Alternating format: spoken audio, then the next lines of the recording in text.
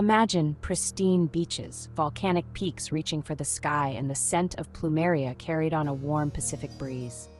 This is Hawaii, a land of breathtaking beauty and vibrant culture. At the heart of this world stood Queen Liliuokalani, Hawaii's last monarch. A gifted musician, she embodied the spirit of aloha. Her story is one of resilience and the fight for justice. The seeds of discord were sown in the fertile soil of Hawaii's burgeoning sugar industry. As Western demand for sugar surged, foreign businessmen, primarily Americans, saw an opportunity for immense profit in the islands. Vast plantations sprung up, forever altering the landscape and social fabric of Hawaii.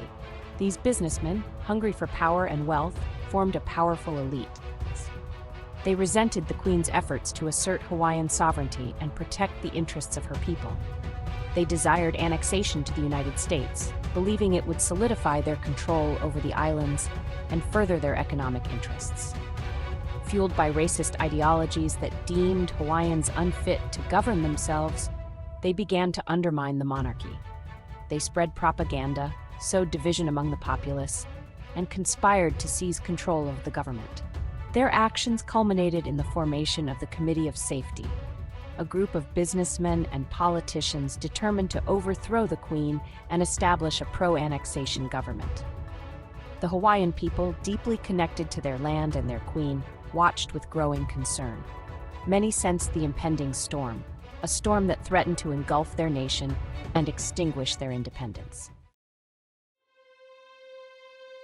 On January 17, 1893, the storm broke, with the backing of U.S. Minister John L. Stevens, who illegally ordered the landing of U.S. Marines to support the coup.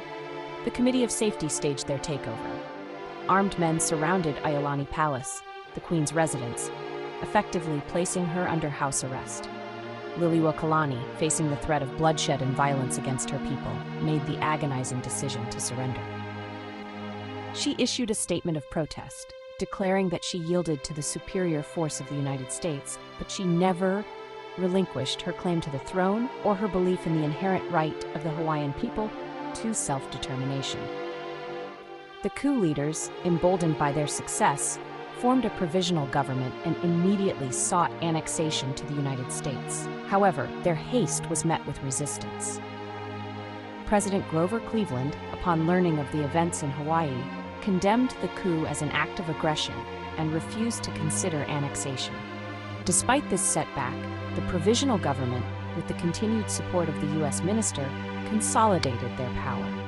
They abolished the monarchy, stripped Native Hawaiians of their political rights, and established a republic that served the interests of the wealthy elite.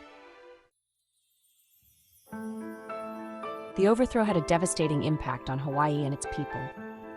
The Queen, once a symbol of hope and pride, was imprisoned in her own palace. Stripped of her title and authority, she endured the humiliation of watching her nation swallowed whole by a foreign power. The Hawaiian people, their voices silenced, were relegated to second-class citizens in their own land. Their culture, once celebrated, was suppressed. Their language, once the language of government and everyday life, was marginalized. The overthrow marked the beginning of a long and painful struggle for Native Hawaiians to reclaim their heritage and fight for self-determination. The provisional government, eager to please their American backers, leased Pearl Harbor to the United States as a naval base. This strategic move further solidified American influence in the region and set the stage for Hawaii's eventual annexation. Despite the challenges they faced, the Hawaiian people never gave up hope. They continued to resist the occupation, demanding justice for their queen and their nation. Their struggle became a beacon of inspiration for indigenous people around the world, fighting for their own self-determination. Their struggle became a beacon of inspiration for indigenous people around the world, fighting for their own self-determination. Their struggle became a beacon of inspiration for indigenous people around the world, fighting for their own self-determination.